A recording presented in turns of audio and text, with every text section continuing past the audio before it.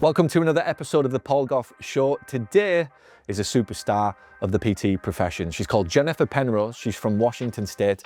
And I get to talk to Jen all about how she went from absolutely nothing to a nearly $2 million practice that she does not have to touch a patient. I've known Jen for nearly 7 or 8 years now, and there's a very interesting story about how we first met. How many people are actually going to do what you taught today? Yeah, my relationship with Jen goes back a long way. I've watched her go from a business that was stuck to one that is now thriving. And interestingly, Jen reveals how she was motivated to move from doing okay and surviving and comfortable to where she is today because a competitor opened up in the street across from her. I think I had noticed a little bit of a dip in my practice and I was like, what the heck? And I remember going for a drive, like just in the neighborhood, and I'm like, who the hell is this?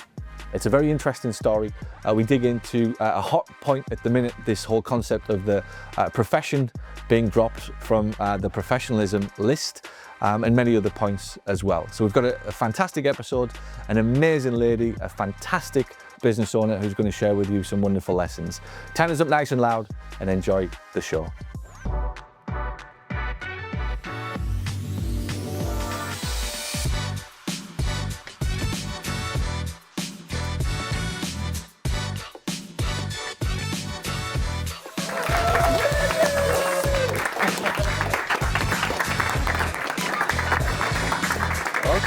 Welcome.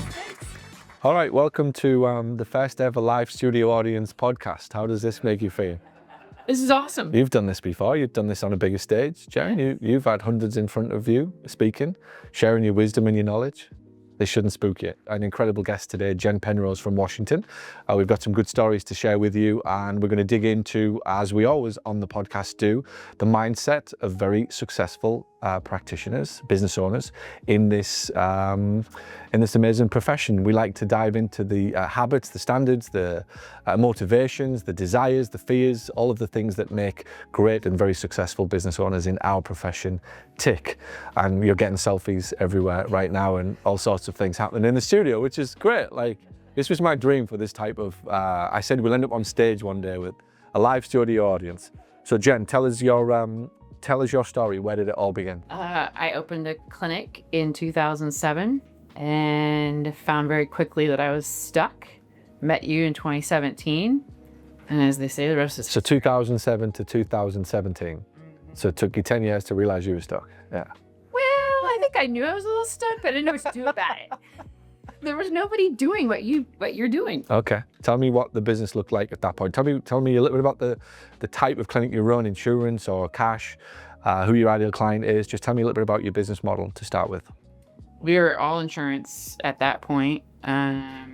Orthopedic clinic, I was willing to I think my main client was probably 50 and up, just the typical when your body starts to fall apart. So that was primarily who we were treating, but I was open to, it was kind of like orthopedic clinic, all things. How many staff at this point? So it's early tens. Probably 4 or 5. Yeah. Not, today? I think there's about 22 when you count part-time, full-time, and remote admin. So we've come a long way. Yes. So we're gonna have some good lessons. Yes. Let's go all the way back, 2007. Why did you quit the job in the first place? What was the driver behind that? I always knew I wanted to open my own practice. That was just something. From college? My dad was a dentist and had his own practice, and there was just something about, I wanted to have my own business. That's what I wanted to do that.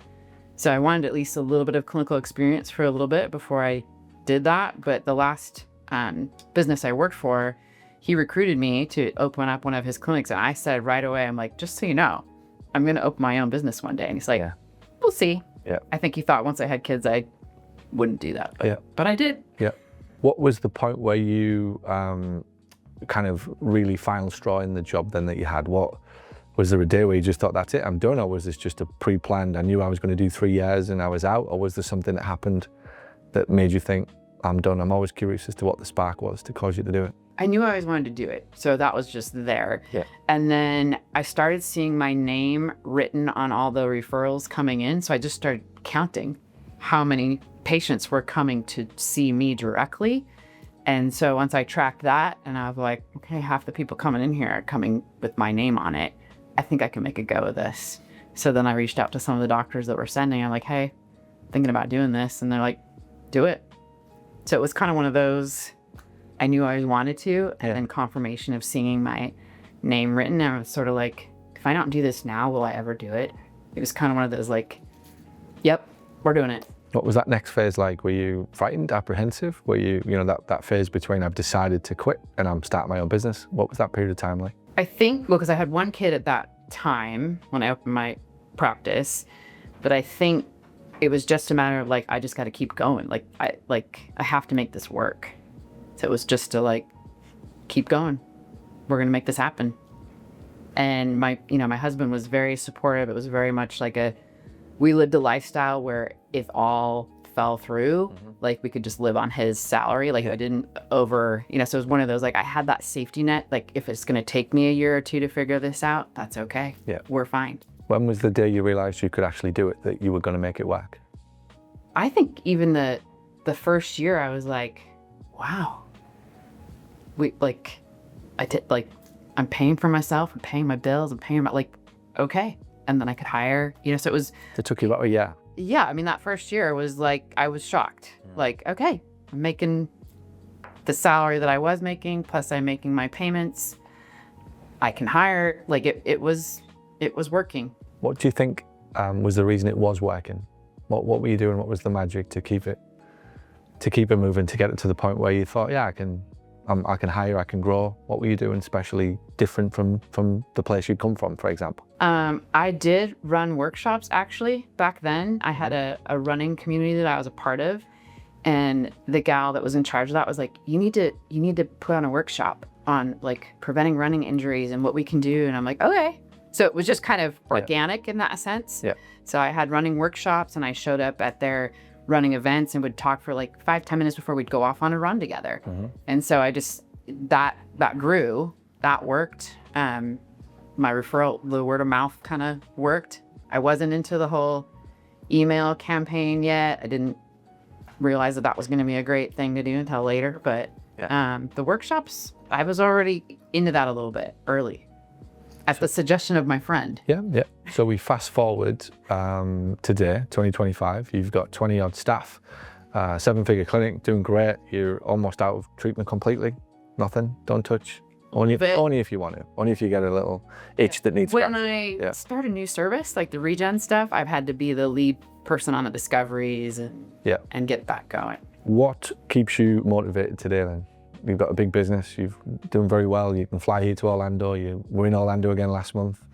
You could probably be looking at getting in a house in Florida, you're moving around, you're free. What keeps you motivated today? I always want to have a project or a next thing, like the Health Heroes thing that occupied me a lot last year. And like, okay, now this year, what is it, right? That it's got to be something that I'm working towards, driving towards, to feel satisfied, to feel progress, to not be anxious. Yeah.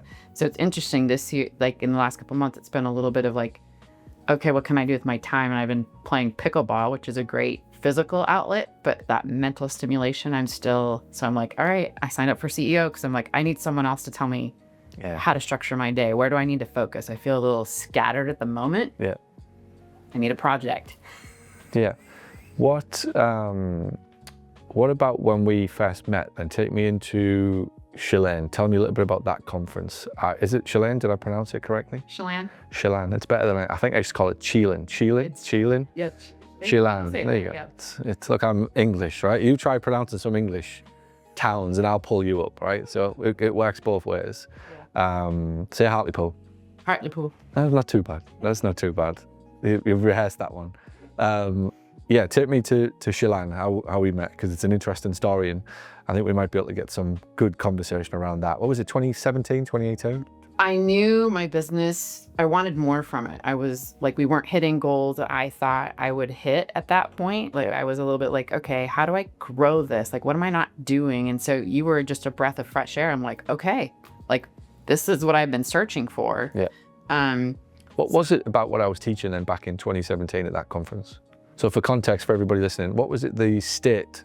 Washington State. Washington State private practice section. Yep. the private practice section. About 170. Yeah, it was all business owners in the room, primarily insurance based, because insurance pays good-ish in Washington State. So, you know, I knew I wanted to do more. I just didn't know what that looked like. How was I going to get growth? So listening to you, it was like, okay. I think I signed up for the patient accelerator right after. What was it about the talk? Can you remember anything specifically? What was there any, or was it just the general direction we were headed in, or was there any specific things where your intuition was like? I was actually pissed before I came to the conference because somebody had opened up a PT clinic down the road from me. Right. And I was... So you put, just for clarity, pissed in England means drunk. Oh. So just wanted to point that out. So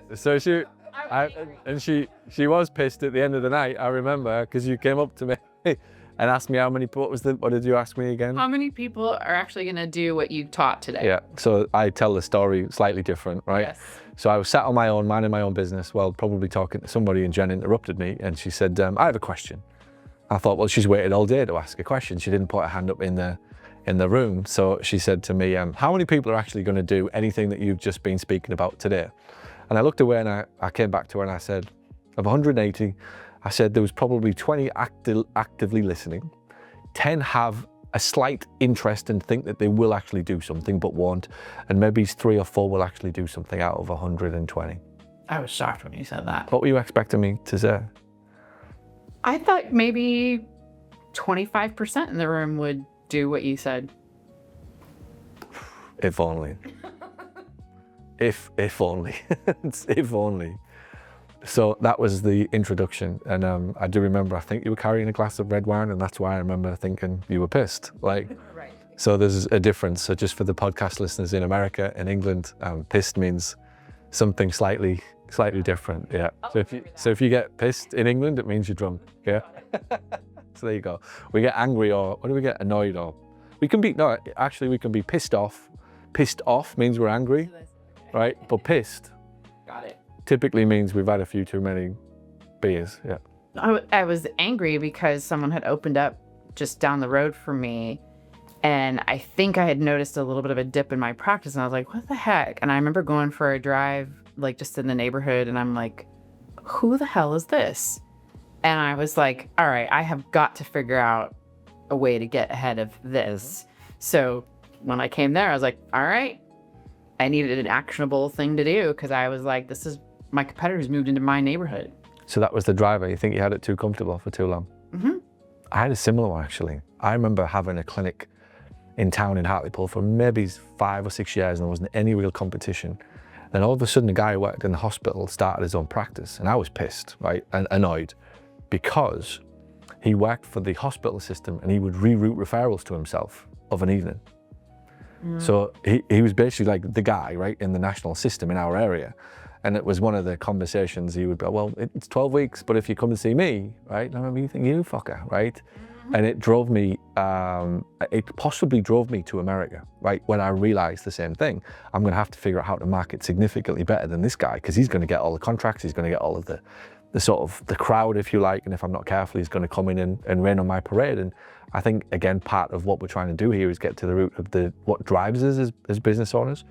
I think sometimes we can get comfortable, and some of us are not lucky enough to have a new competitor to come into town to drive us to do something differently. So what did you do differently? What happened in 2017 after that? What did you start to think about your business model and marketing that you weren't doing to that point? I mean, I did the new patient accelerator, and then I just started doing everything you said, right? Just the emails, the Facebook, that was all new. I didn't know how to market.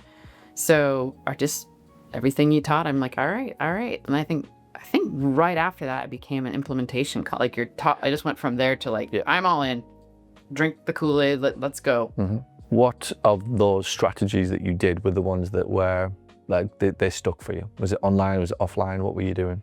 I think it was just the omnipresence that you talked about. Like that was kind of like an insurance policy. Like, well, if my patient isn't there, I'll be here, they'll see me, or I'll be here and they'll see me, or I'll do this and they'll see me. Like, just be on all the platforms. Yeah.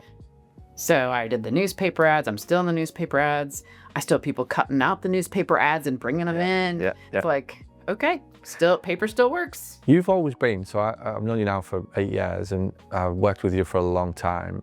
Even in our office, we would regard you as somebody that we would know the minute we ask you to do something, you've got to do it. Where's that come from? I don't know if it's because I'm a firstborn, like, go get, like, I've always, high achiever, right? Straight A's. I wanted to go to PT school. Like, okay, I'm going to need to have good grades in college. My friends who would go party in XYZ, like, I had to have a tight rein on that. Like, I could do it a little bit, but I was in the library, man. I was like, I can't afford not to get into PT school. Like, this is my dream. So the discipline and the accountability, like, that's just who I am. Like, if you tell me to do it, I will go do it. Right. And even the company I worked for, not the last one I left, but the one before that, they had put out some targets as a clinical director. They're like, if you meet all these, we will give you this bonus. Yep. I nailed it out of the park, every single category. And at the end of the year, they're like, well, actually, because we opened this other clinic and this other clinic and these ones are underperforming, we can't actually give you that bonus. I was like, what? F you. Yeah. Like, so that other person who recruited me, I'm like, yeah, I'm ready to leave. But by the way, I'm going to open my own business. Yep. Right. But I mean, that really, when you have someone and you outline all these things and you do it and then, oh yeah, never mind. So I think that nature of just like, you tell me what to do, I will go do it. It's funny because Keith was in the studio 2 days ago and he left his job for the exact same reasons, the values. People had promised him that things would happen and he could only put up with it for so long, or he could only accept it for so long before that was inevitably what he was going to have to do, because he just couldn't accept somebody telling him that this was going to happen, and it never did. It's funny how some of us have got that drive, if you like, to not accept that and then go off and do our own thing. Just on the physio, it's a question I'm going to start asking a little bit more. When did you realize you wanted to be a physio, PT? Yeah, I had an injury in high school. I was playing tennis and I was on the varsity team. I had a state tournament coming up, and one morning I couldn't stand up out of bed. Like, whatever I did, like, I could not. And so my parents got me into a sports PT that day, and I played in the tournament that weekend. I was like, I don't know what the hell they did, but like, I want more of that. So I started just like, can I job shadow? Can I see? And I also went through, like, even though they fixed me for that quote week, I still had PT to come back to make sure I rehabbed all the way through. Yep. And it was basically an SI issue. Somehow I did whatever I did. And I just thought, this is amazing. Like, wow, you can transform people's lives like this. Yeah. I'm in. Yeah. So from that point on, it was never a question. So it was my own little... How old were you then? 12? Well, I was high school. So I'm trying to remember if I was driving. So 16, right. Maybe 16, 17. Yeah. It's a good question. We need to start asking a little bit more. We'll dive into. Mine was, just to share it, I got physio, and I'm just sat listening to you. I'm thinking, God, what was it? Physio when I was about 11. I was very active in soccer, and I had a patella tendon problem, and it was growing. I was growing too fast, so I was running and playing, and I was like every night playing sport. My hamstring went. Sorry, my patella tendon went. So physio comes around the house, fixes that. Then my groin went. Same physio come around the house. So I got to know this physio quite well, this sports therapist, and I remember thinking, this is cool. Same thing. Then I got a stress fracture of my foot. Right, and the more I'm talking to you, I'm like, everything was on my right, because I've got a little stress fracture still on my foot that never really healed. Then when I was about 20, I right hamstring completely teared. I was out for weeks, and the biggest problem I've got today is in my right hip. So everything all my life has been this right hand side. But I remember getting to know this physio and thinking, this is cool. He's cool. He was fun. He helped me, and I remember every time I got injured, it was like, this guy will help me. Gary, I think he was called, and he would come to the house. My mum would get him round, and he'd get his treatment bed out. And then for me, it was to be around sport. When I got to that point of 18, what am I going to do? I just want to be around sport. And 2 and 2 together, it was I could be a physio for sports teams, and I could be in and around sport all of my life. And then as the entrepreneurial kind of DNA kicked in, it was actually I could probably be a business owner at this point. But yeah, it's a pretty cool story. I wonder how many of us have been impacted. That should be something that we ask. Let's put that out on social media. I think that's a great campaign to put out on social media. Let's find out what the audience's origin story is for physio. Can we get them to share it somehow? And what was the kickoff?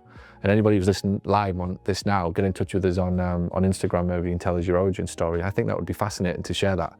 Was it a physio? Was it an injury? And was that the kickoff, and at what age? Yeah, it's amazing. Good story. What do you think separates clinic owners who succeed from those who don't? You've been around now for a while for my mastermind. You've been around for the Chilean kind of conferences and APTA and all this good nonsense. What do you think separates those who are smashing it and those who are, yeah?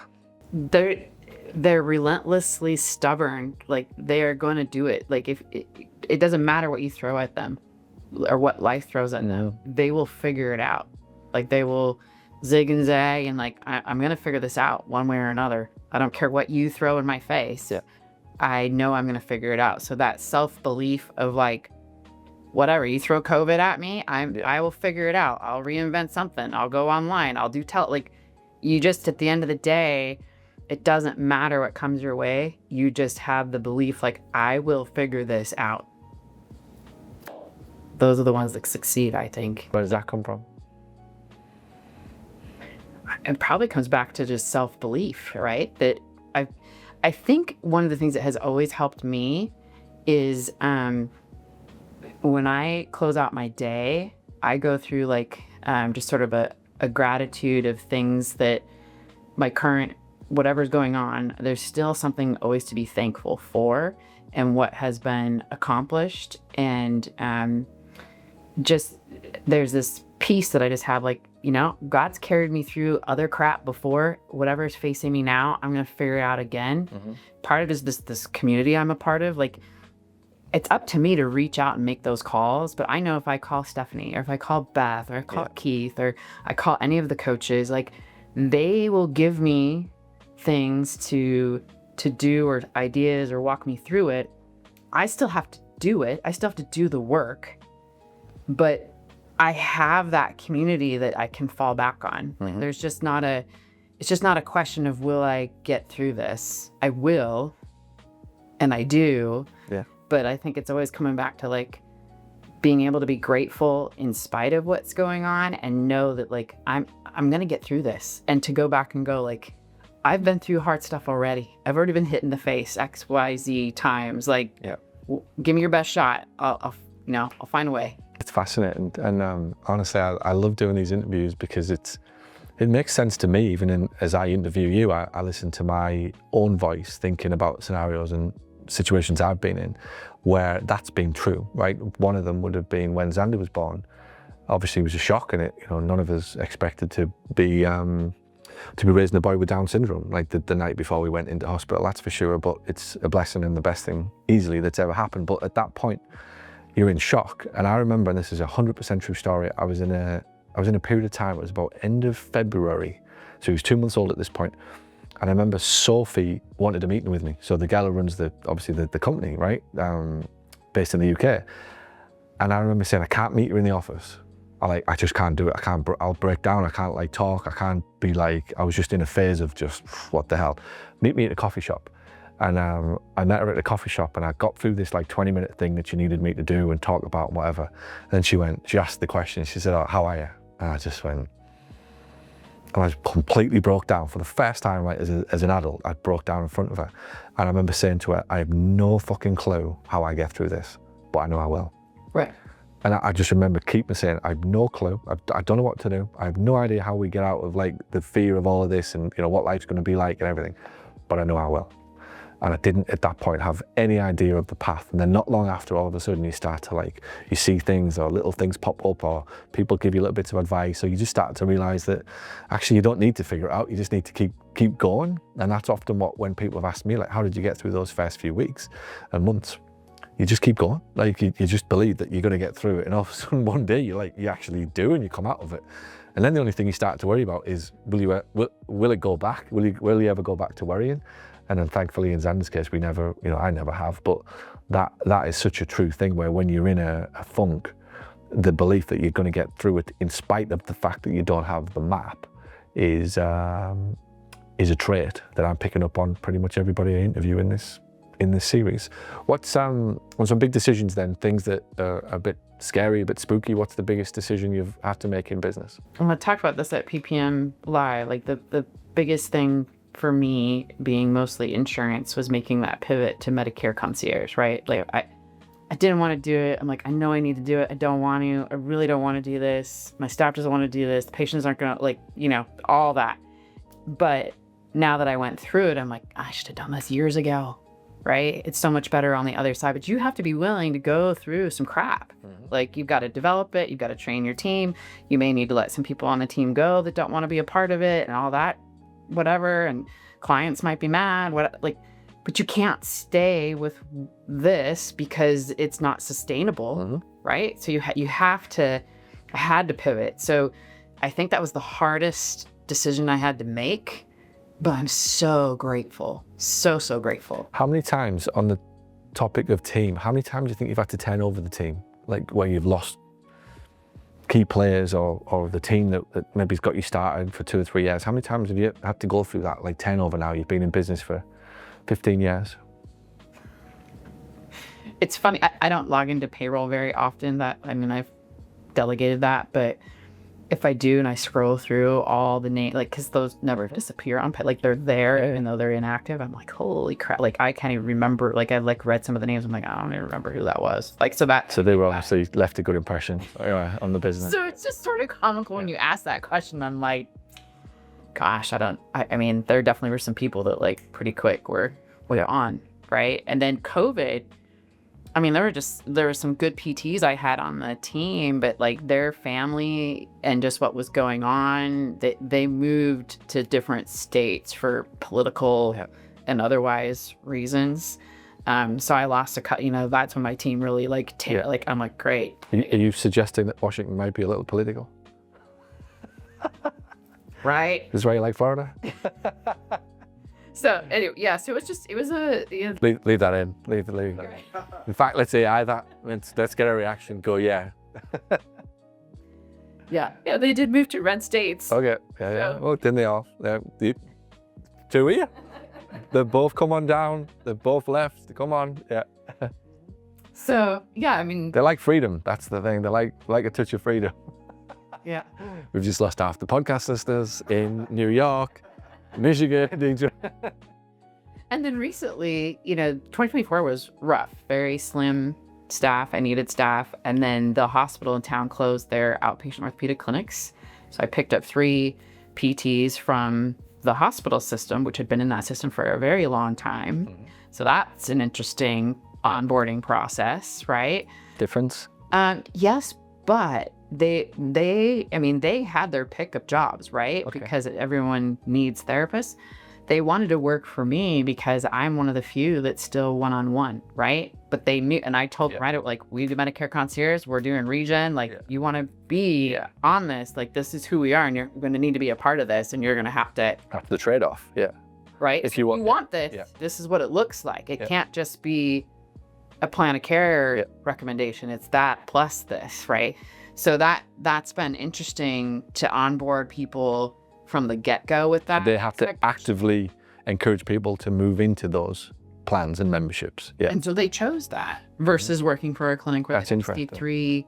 They don't want to manage 3 So people I think, at a time. tell me more about that then. Are you actively advertising that as part of the job description, that you will see one-on-one, and is that the sort of distinguishing factor, if you like, in your area? Yeah. But when they arrive, there then has to be a pretty stern conversation. You will, if you want this one-on-one, you will have to take part in some kind of sales, marketing kind of conversation around the concierge thing. Yeah. And I think that's what, the switch from insurance to then adding Medicare concierge. Yes, we lost a few PTs over that, and I knew I would. But now who's on the team, like, they all know, like... So they just didn't want to take part, they didn't believe in it philosophically, or they just didn't want to sell it, or they just had a hard time with it personally, being part of it? Yeah, a little bit of all those reasons, right? Like, it's not like they necessarily told me. It was more of like, what's my read on this, right? Some of them were moving, but I think they would have left anyway. Yeah. So, so that, like, some of the thoughts of, like, well, I don't know if you can do this. That sounds discriminatory for Medicare clients, like... Their own bias, basically. Their own... Right. It's fine, yeah. Yeah. Okay. It's always easier to implement something with new people than old, as a general rule. Yes. So the timing of that, and what was so great about it, like the hospital system was closing down because they couldn't make it pencil. The one-on-one, Yeah. they couldn't make it Couldn't make it pencil. work, yeah. And here I am saying, I will make it work, but it has to be because of the, the concierge and the regen services, we can make it work. And so it was really kind of nice because even the patients that were coming into our community were like, yeah, I can't go to Providence anymore because they shut down. I know. However, here, this is how we're making it work. So even the patients were like, oh, like this is real. This is a reality. Like, yeah, we can't make this pencil without doing this. Yeah. So it became, the timing was just, how the stars align. Like sometimes I was just like, okay, this is just really neat how this all lined up at the same time. You can say that though, but you were ready with it, Yes. right? That's the thing. The stars align looking back. If that hospital system had shut down and you weren't ready with the concierge model, then you would have missed the boat. You'd have missed the opportunity. But because you were already doing it and then it happened, that's the stars aligning looking back. Right. Like I launched it in August. These therapists got notice in October. They were interviewing with me and committing in November and started in January. So, I had barely taken off with Intuition. it. Yeah. I'm just so glad that I'm like, when I came to PPM Live in 2023 to the pre-day, I knew when I left that, I have to do this. Yeah. I can't come back here in 2024 and not have launched it. Yeah. Like that, I held myself to that.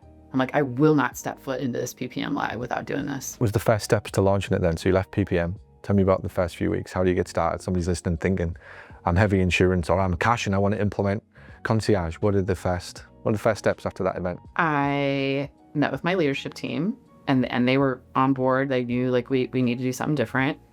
It was sort of safe in the sense of like, we aren't saying no to all insurance, right? That's what we know and what we're familiar with. So let's keep making this work, but we're adding this piece.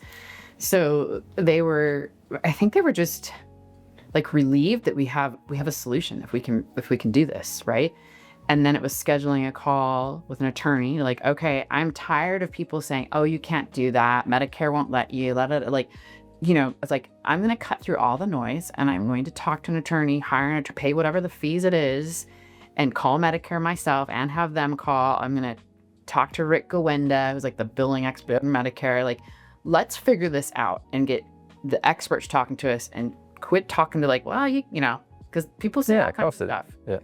So that's what I did the first month. Like, all right, let's schedule these. Let's figure this out. Let's hire an attorney. Let's do this. And we might get it wrong. And we did. We kind of did. Which bit? It's the selling of it or the pricing of it, the positioning of it? With Medicare, with the attorney, like figuring out Medicare and then a secondary plan, like Regents, because I'm contracted with Regents. I actually can't do a Medicare concierge with Medicare Regents. Okay. So a patient complained, right? And so then I had to get the attorney involved, and he's just like, right. On Regents' website, they updated it on September. I had launched in August. Wow. We missed the language change, Yeah. of course.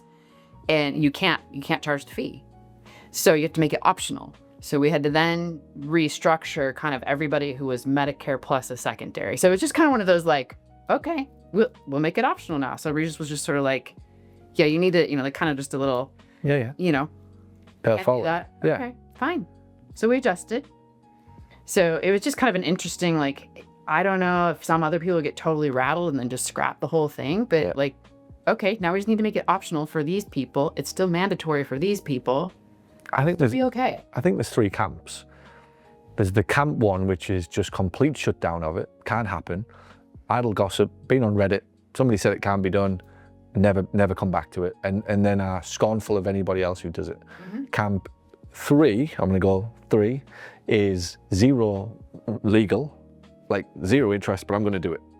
Right? There is, I know there is, right? Or like, yeah, whatever, right? Like, I'm just doing it. That's my interpretation. I've used ChatGPT and I'm going to go do it, right?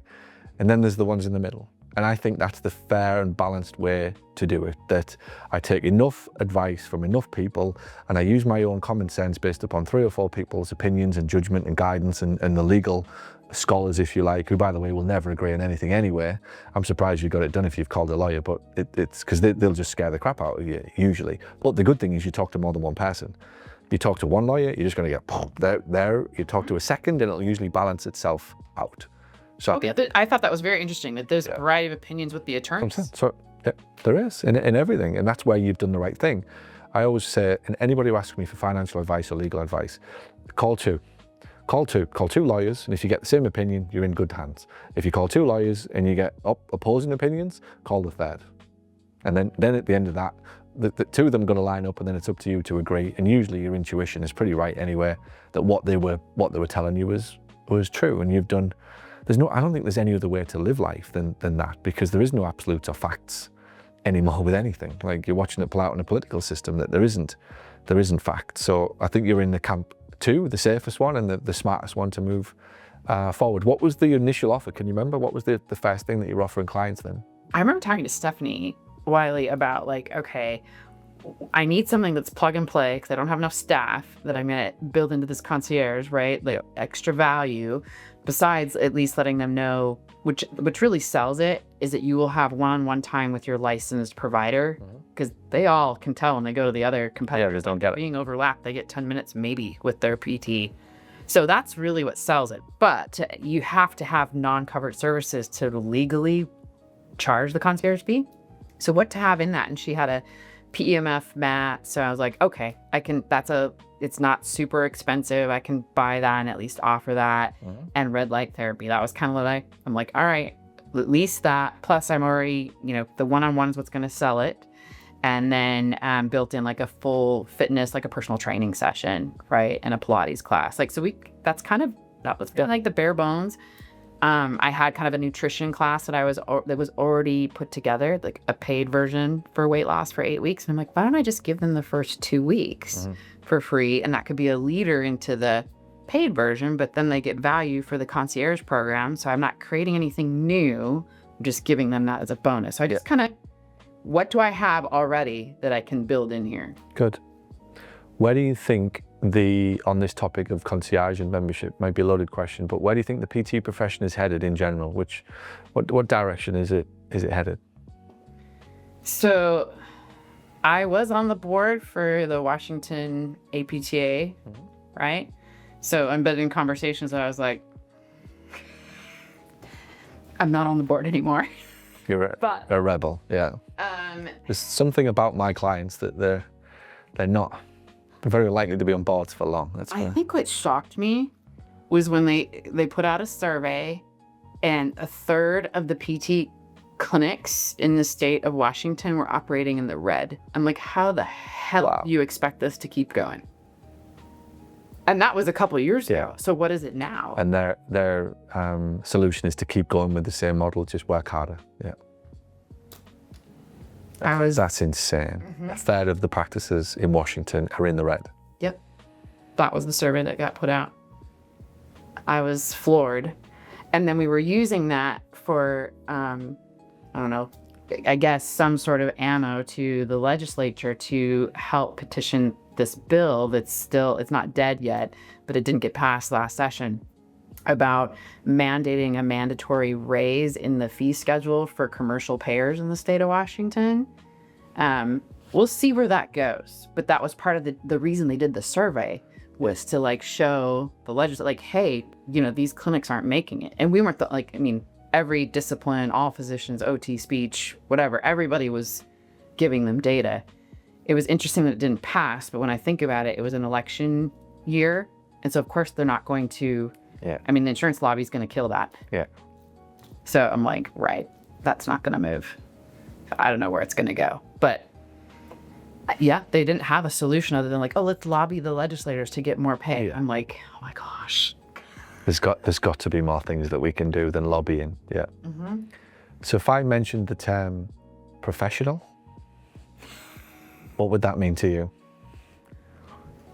I think it's just... What's your thoughts on it? Comical of all the stuff that's going on social media on that whole thing, right? It doesn't change what I do. I've already earned the DPT. I'm already a professional. Like, I'm still gonna do what I do. Yeah. So, I'm just staying out of that whole conversation because I don't think it's worth my energy or my time. I'm not sure that it's gonna move the needle. What should gut tell you about how it will affect the profession that the title of professional degree is removed? I think what it comes down to is the whole thing about the borrowing for the loans is really what it comes down to. So then are there going to be less PTs entering the profession? I think that's where I'm like, we already can't hire enough people, right? So that's what but as for what the rest of us are doing on a day-to-day basis and the respect that we have from clients in the community, like you could strip that away. I don't think it's going to take away from what we do and what people recognize us for. But it's the shortage will just probably magnify. I think you've hit the nail on the head. I think the reality is 99.9% of people in America will have no clue that that this profession is now not a professional degree by whoever authorized it. But the real upstream problem is likely to be a shortage of staff, which I think is going to be a problem. There's no doubt whatsoever, given that there's already a shortage of people who are, what do you think the typical age is of somebody who retires as a PT? I think the shelf life is. I have somebody in my practice who's working part-time and she's 70 years old. Wow. Came from the hospital. How long do you think though, typically? How long would it be before somebody starts to think, because where I'm getting at, I don't see that many working at that age, right? I think that's atypical. I would say early 60s. Yeah. 65. If not even earlier. I know in Britain it's in the 50s. Yeah. People are exiting the profession in the 50s, so you've got a very limited shelf life, depending upon if you're in pediatrics or you're in any kind of musculoskeletal where there's physical heavy demand. So if you've got a shorter shelf life and you've got less people entering the profession, there's going to be a problem somewhere. I think the only thing that people can do is start to consider a smaller, more boutique kind of model that doesn't rely upon 30, 40, 50 people, because there may not be over the next however many years. But with regards to the general public, it's like the DPT, right? And again, I'll be shut down for saying it. No one gives a shit. Then Sally, who's calling you, like, yeah, there might be occasional reference for insurance verification, but there isn't I'm only going there because. We know that, like, there isn't that many people who would be aware of your qualification, the title, the label. When in England, it's called a BSc Honours in physiotherapy, so it's a BSc Honours. And a lot of people would be very sort of loud and proud about their BSc Honours, and it's like, the majority of people would just go, what does that mean? Right. Like, I understand this physio thing, but I don't get the BSc Honours. Like, what is that? And it's like, well, that was just the qualification from university. And it's like, oh, okay. You know what I mean? They move on. They move on, and they're like, well, can you fix my back? It's like, and at the end of the day, that's what it's always about, and it's always been about. And if we stay to that, the profession will be absolutely fine. But I do agree with you, the energy that's being used right now on, it's interesting. It's very interesting, and I suspect there'll be another campaign for a lobby, probably, and some kind of petition, and let's get together in DC and all of this stuff, which is brilliant if that's what you want to do. But we could just look a bit more practically at what we need to do that we can actually control. So that we can ensure the business is safe. What's your thoughts on AI? How's AI going to enter the profession? You're on record, it's 2025, end of 2025. How is AI going to enter clinics in 2026 and beyond? I mean, I think AI is amazing. I use it every day with ChatGPT and Connie and Paula AI answering our phone. Like, I see it as a way to be more efficient and get things done faster that would just take me or my staff 3 or 4 days to do. We can be done in 2 hours, or triage all the calls coming in that Paula answers. Then my staff can figure out how to prioritize what needs to happen. And so it's making our team more efficient. But I don't know that it would ever replace the actual connection. Like, people want connection. So my oldest son, who's 19, right? He's in that generation where the phones kind of mess with a little bit of their mental health, etc.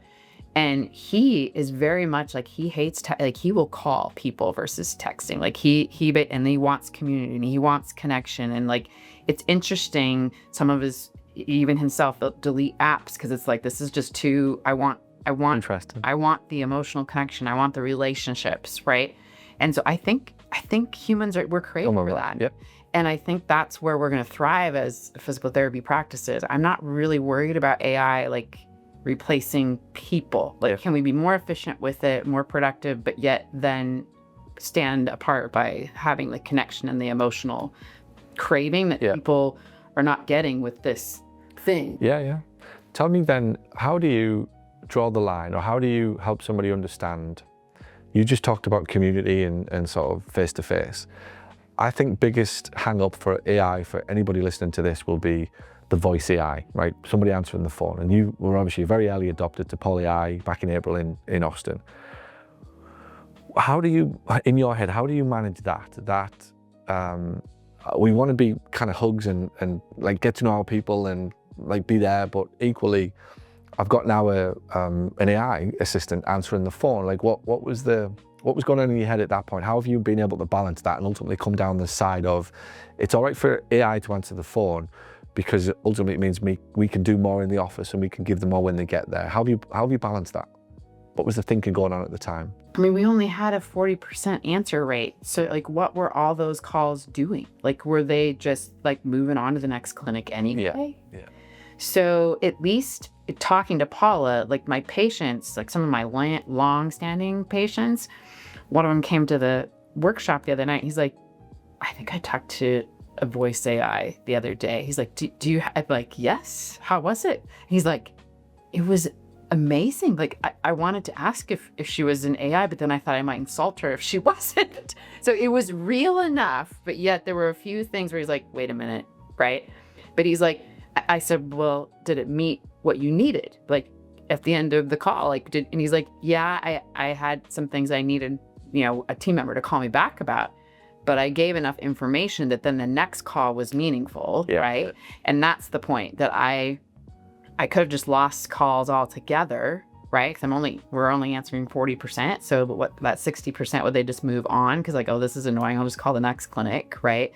Or a voicemail gets left that took a while for my staff to get back to, but with everything with Paula, like everything there and organized, they are responding better than what we were doing before. So to me, it's like, this is better than what we were doing. But like this is, and patients and clients that run into me about it are saying that was the best AI experience I've had. So that, I mean, they're all used to it. They're getting AI everywhere. Yeah. And mine is the best that they've had. I think the fact that they ask, I think I spoke to an AI. Yes. I think that's the absolute sweet spot of where it should be. Just enough, I think so, but I had a really good experience. Not to the point where it's like creepily didn't understand. I had absolutely no clue that I was just talking to AI. We might get to that point, but I think the sweet spot right now is 95% wonderful conversation, but a 5% of me thinking, was it? I think that's where that's a healthy use of AI. What about your team? How did your team respond to it? When you flew back from Austin, you told them about this new team member called Paula, and they're thinking, what's this? How did you get that across and through to your team? Well, when I met with my ops manager, and like, I think when I was at the event, I'm trying to remember if I messaged her or I looked up on the app, like what our answer rate was. She was just like, that's amazing. Like, but at the same time was kind of like, I'd like to see how this, what it sounds like. Can we train her, et cetera? Because we're more insurance based, right? And trying to get more cash and concierge stuff. We were worried about her just booking everybody for a discovery, because that's not how we operate. So, I made sure that day, whoever I talked to, like, you can train it the way you want it to, it won't funnel everybody to a discovery as long as we set that up correctly. So that was our biggest concern. But like, we were to train it, like it's working. But the staff they recognize, like, this is we can't get to all the calls, and we feel bad that we can't get to all the calls. That's nice. So this was a solution. And I mean, they're all like, we love Paula. Not a problem.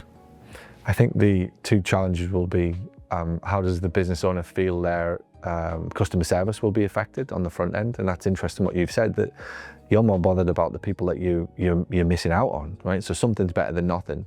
And it says to me that your team are on board with you, that they trust your ideas because they care about the clients that they're not able to help, and they feel bad for that. And I think that's a wonderful thing. And anybody who is worried about what your team thinks about AI, I just wonder if that's a little, just fact check. Are they more worried about themselves and sort of their own views of AI, rather than, even if it's 5 calls or 5 patients a week that we're missing that we could have been helping? Because typically, I think personally, this is what happens. And I'll speak from even personal experience of like when you call somewhere and it goes to voicemail, the reality is you probably don't get back, right? Definitely these days in healthcare, 90% chance that they don't get back to you, or they do, but it flags up as spam on your phone and you just don't answer and you ignore it, and the clinic might be saying, well, we've called you twice, yada, yada, yada, right? And then they give up on you. And then you forget about it for a little while, and that problem that you thought you wanted solving, you forgot about, and 3, 4, 5 months later, you've still got it. You're like, oh, I have to go through the rigmarole again of calling a clinic that won't answer the phone, that won't call me back. And I think this is where healthcare has got to. We go through it with Xander a lot, where we have to call new therapy or new appointment, or new nurse, new doctor, whatever. We both just roll our eyes and think, oh no, like that we just know inevitably what's coming. And the one girl that answers the phone live, you're like, oh, like this is the holy grail.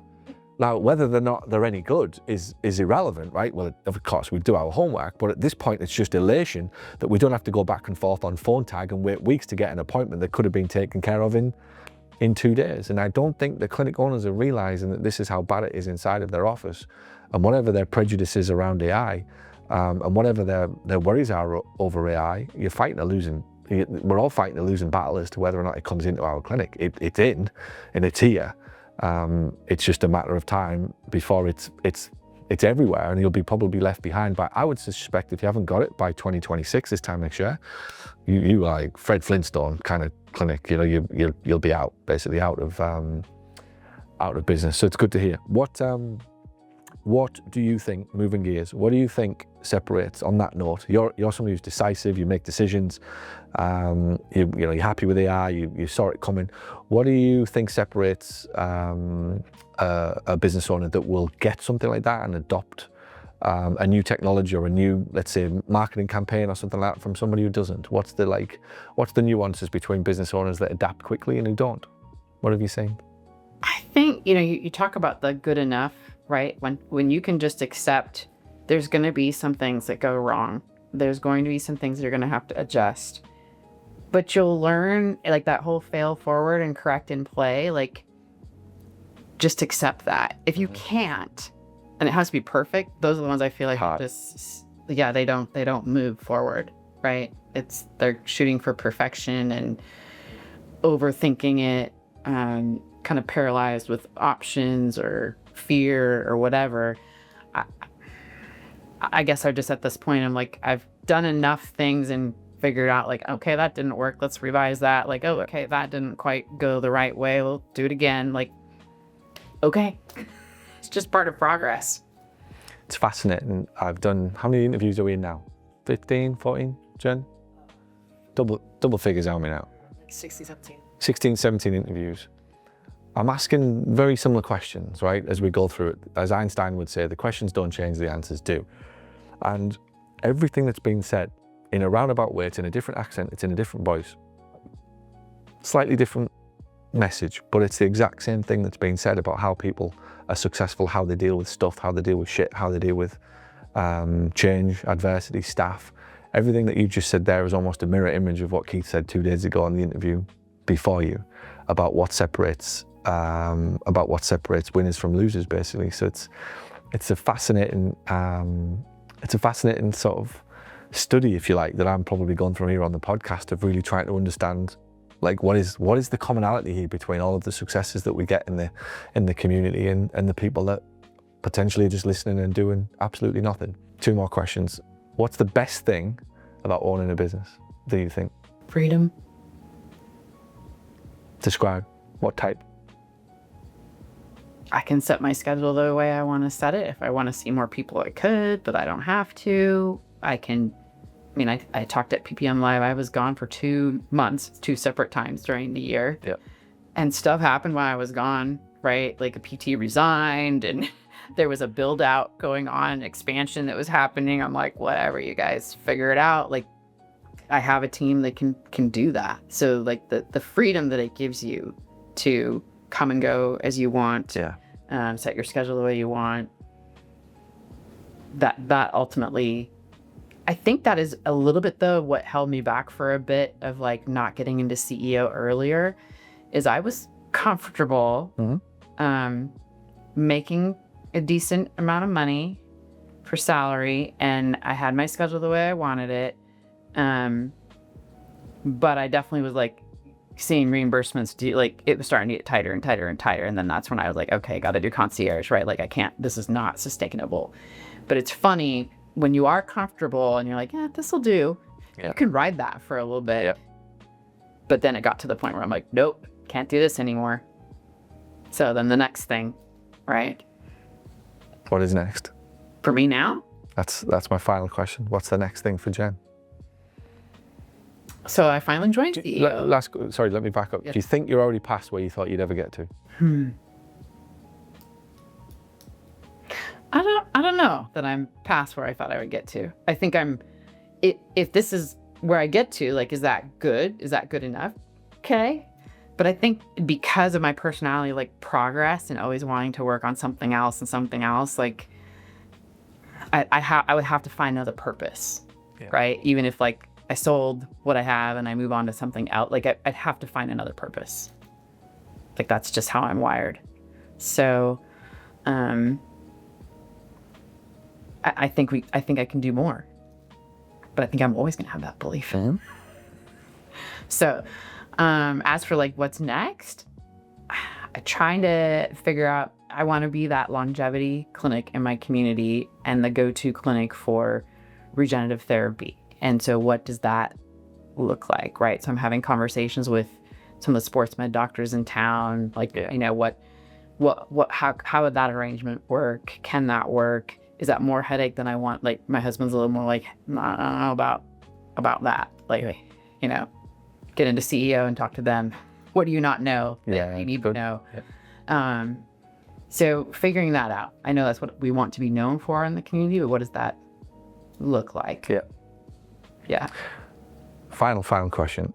You've spent a day and a half with us today at the planning event. What has been the most impactful thing, biggest takeaway from spending a day and a half here in the office in Orlando? Just the time away to think clearly and be around other business owners and you guys. I mean, that just, every time I do that, it's refreshing, it's a restart, it's a get clear on where I'm headed. And I have that a little bit of a pre-annual meeting next week that I really wanted to try to figure out, okay, how do I want to map that out? And now I'm pretty clear on what I want to do with that based on this weekend. So I think the big thing was obsess over my client journey. You're bringing me back to the basics, right? Like it's funny. I'm like, I know this. You preach it all the time. Like I was starting to obsess over metrics and financials and KPIs when really, if I just obsess again back to the client journey, then that other stuff, like that will happen. I still have to put those out there. But that piece again of like, yep, let's obsess over the client journey and where they're going in 10 years. What do we want that to look like? Back to the vision of your business. Where the client ends up, who the client becomes, that's the vision of the business. And that's the most powerful driver in any company as we're looking at your clients.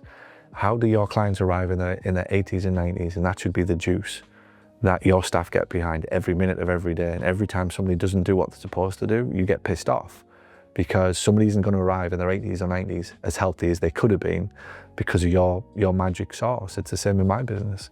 We get pissed off if somebody doesn't do what it's supposed to do or a client doesn't follow the path because we know if they do, we know what life could have been like for them if they follow our path, and that's what I call the vision.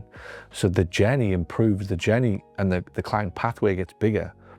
The more that you are conscious of the journey that you want your client to go on, it eventually actually gets bigger, and what you want for your clients should get bigger and bigger and bigger because you can see a better life for them as you get closer to it. You can see more for them, and then that's where that readjustment of the path and the journey that they go on, and that's where it goes from 2007. It was come on in, have a few sessions, leave with a little bit of treatments, exercises, ultrasound. Then it's actually they need a bit more than this. Then it becomes, okay, packages, they need to be with me for a month. Then it starts to become, actually they need more than just physio. Like we're not talking now about regular back pain. We're talking about Sally being the most active grandmother in her 90s and being around for her great grandkids and being happy and healthy around them. And all of a sudden you think, well, this business has a bit more meaning and purpose to it than it did 15 years ago. So I think that's what's happening to you is you describe the client journey, but what I hear is the vision for the business is getting bigger and more clearer, and the juice that you have to to go get it is still there, is firing up. And contrast that with a business owner who thinks it's successions, sign a few forms and bill a few insurance companies. They're the ones in hell right now, miserable as shit, just thinking, when does this get any better? It doesn't, because they don't, and the dream and the vision doesn't get any better. So I think you are, you mentioned CEO, and somebody asked me at the table today, what's my scorecard? If you remember, what was the first thing I said? Vision. Right. Vision. My absolute number one job is vision. Where's this company going? Where are we headed?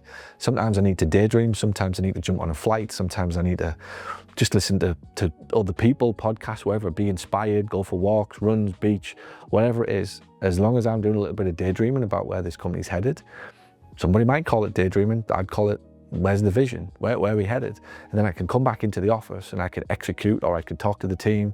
This is the vision for this department to get us to the bigger vision of the company further down the line, so that we can impact and help more people. Like your story for us, like you're it, right? You're our meet somebody 8 years ago who's a little bit lost, who today can pretty much do what she wants. And now it's like, okay, let's help you find the next thing and the next thing and the next thing, because we know at heart that's ultimately what, as entrepreneurs, we ain't gonna sit on the beach. And you'd probably be in conflict with your husband over these things, and that's great, and respectfully, it's probably me and Natalie will be in conflict about them further down the line, that she'll want to do this type of thing, and I'm like, yeah, well, that ain't happening. Like, there'll be a little bit of it, but don't expect me to follow the line of a typical guy who's going to build a business, sell it and retire and live happily ever after, because happily ever after is how I'm living. And I'm very, very, very, very proud of that. So well done. You're absolutely amazing. It's been a great interview. Thank you. And I have no doubt whatever is next, we'll find it. And you'll absolutely smash it in the same way you have everything else. Well done. Thank you. Amazing. Thanks. All right, wonderful episode with Jen Penrose. Be sure to like and subscribe to this video or this podcast if you haven't already. There is another episode of Paul Meets coming up on the next episode of the Paul Gough Show. Thanks for listening, and I will talk to you again very, very soon. Hey, this is Paul Gough. Thanks for watching. If you like my content, be sure to subscribe to the channel. And if you're looking for even more, be sure to head over to Amazon and you can find my 7 best-selling books for physical therapists in private practice. Head over to Amazon and find me now.